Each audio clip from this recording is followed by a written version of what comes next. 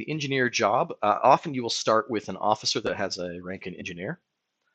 You can also get them contacts or by promoting any officer, same as any other job. They have a primary skill of repair, which is not used in ship combat directly, and it's not used in crew combat. It's very situational, but can matter a lot when it does matter. And secondary have a good amount of electronics. They don't have a tertiary skill, which means more of those points get put into these two.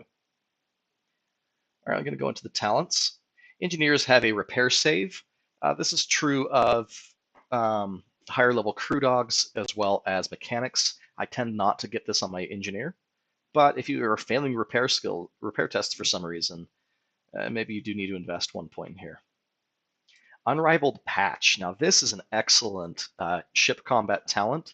It is pretty good for early game ship combat, and it stays relevant later. It'll get rid of your crippling ship effects. Now, crippling ship effects are more common than crippling crew effects by a small margin.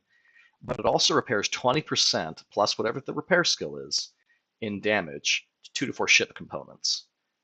I'm not sure how I think it's just rolled between 2 and 4. But if you're getting a four components get repaired, let's say 25 or 28%, that's enough to make several things operational again. However, it's easy to take damage in ship combat unless you have a lot of armor and shielding.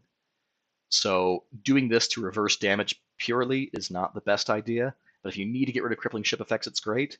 Usually this is what I'll pop once I've got my defenses to a point where I'm not getting hit much or at all, and then I need to take care of that electrical fire that's burning my ship and my crew, and I need to repair some of those components so that I can maintain superiority in the combat, and I'm not going to be paying as much bills or as much time doing the repairs after battle at a starport. Unrivaled Patch is very, very strong. It does not deal with crippling effects, which is its one weakness. Brace for Impact is an interesting one. You see the AI using this a lot, which frustrates me because it slows down my rate of killing them. But to me, that's what that's what it does, is it delays the inevitable. I currently don't see it being all that valuable because it requires a mitigation strategy, which I do not adhere to. Maybe someday the mechanics of the game will be shifted slightly so that becomes a viable option. It might be now, but it's still a little fringe.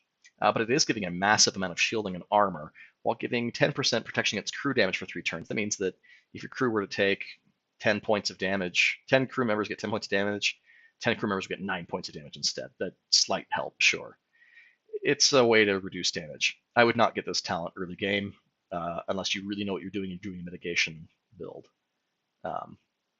This is probably the weakest of these 4 in my opinion. Port Maintenance is usually my first pick for an engineer. It'll automatically repair when you land somewhere 2 to 4 ship components up to equal to 10% up to repair skill.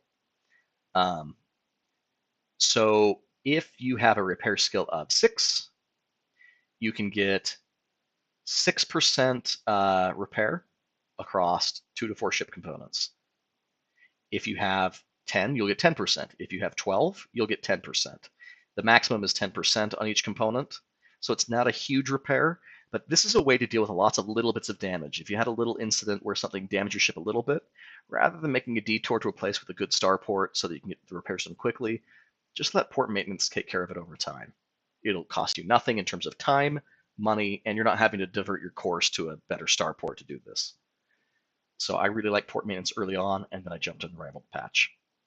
All right, so Borders Demolition. This is an interesting one, as it almost gives a nod to putting an engineer in crew combat. You can use these post-crew combat boarding talents if you are at range 1 and you're boarding them, or if the person that is in your attack team has this talent, which means someone has at least 5 ranks in engineer and is boarding. Anyway, this is not one I use a ton. It reduces their defense, shield, and armor for a long time. But if I'm at range 1, I probably don't need to attack them more. I can just keep boarding them now that I've killed their dangerous team. And I probably don't actually want them to die faster with shield and armor. I probably want them to burn out slowly with the crippling effects I've applied along the way. I want to board them to death. I don't see this one getting used a lot. It is not my favorite talent. Assisted installation is a great way to keep yourself ahead of the difficulty curve in the game. Has a short cooldown, allows you to discount an upgrade of a ship component by 10% plus repair skill.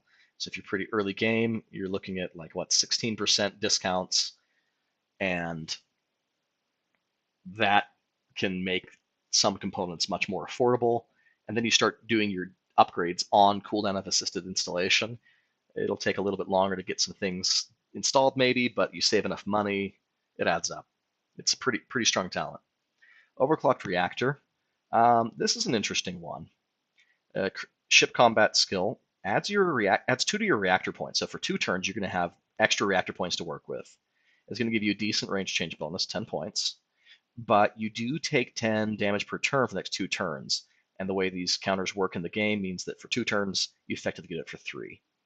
So you're going to take 30 crew damage, spread somehow, you don't get to control how, across your crew. But for 2 of the turns, now the exception to this 2 turns, it really displays as 3, is when it adds to your reactor points, it doesn't apply the first turn, it does apply the other 2. I have a wiki page that explains this. You can poke around for it if you like. It's called Crew Ship Combat Effect Turns or something like that. So this is a way you can fire extra weapons, you can move away while firing more weapons. With small craft, this is going to get really interesting because you'd be able to launch an extra fighter. So pretty interesting talent. I don't tend to use it. Warfare patch is very, very strong. This is a great way to make up for a whole bunch of damage to your ship components after battle. It won't repair the hull, but it can repair lots of components. I don't know how many. It doesn't seem to specify in the talent, but it can apply to a large number of components, a lot of damage, and this is a great way to come back from a battle where you had a component that was heavily damaged, or you took a lot of damage across to a few components. Otherwise, this is great to do. I do not use talent if I have a small amount of component damage to just 1 or 2 components, because I can generally have port maintenance patch that for me, or I can use a crew dog talent to deal with individual components that are damaged, and save this for kind of the bigger, gnarlier incidents. All right, Storm Hunter. Storm Hunter's a pretty cool talent. I really like it. It gives the same kind of benefits that the other storm protection talents do, which means you need them because they will protect you from radiation storms. Every test that you encounter, you'll need one of these talents ready. 6-week cooldowns, it's going to be a while. And ion storms are less important because they're less frequent, but they're quite a bit more dangerous. Now, the cool thing about this talent is when it happens, when this one triggers among your many storm protections, you get a whole bunch of experience, like over 100 experiences applied to your crew, just for having this one trigger.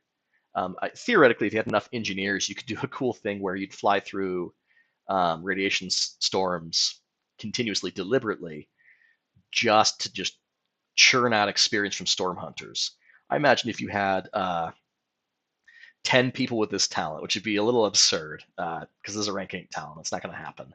If you had 10 people with this talent, you probably, in some ships, be able to fly around, do missions, whatever, indefinitely in radiation storms and just outlevel everything else. It'd be pretty amazing. I've never seen it happen. Hard bargain. This is almost mandatory to get. You want to have an engineer of rank 17 before you buy your biggest ships, because that'll give you 15, which is the maximum repair skill discount here. It will discount any ship you'd like with 15%.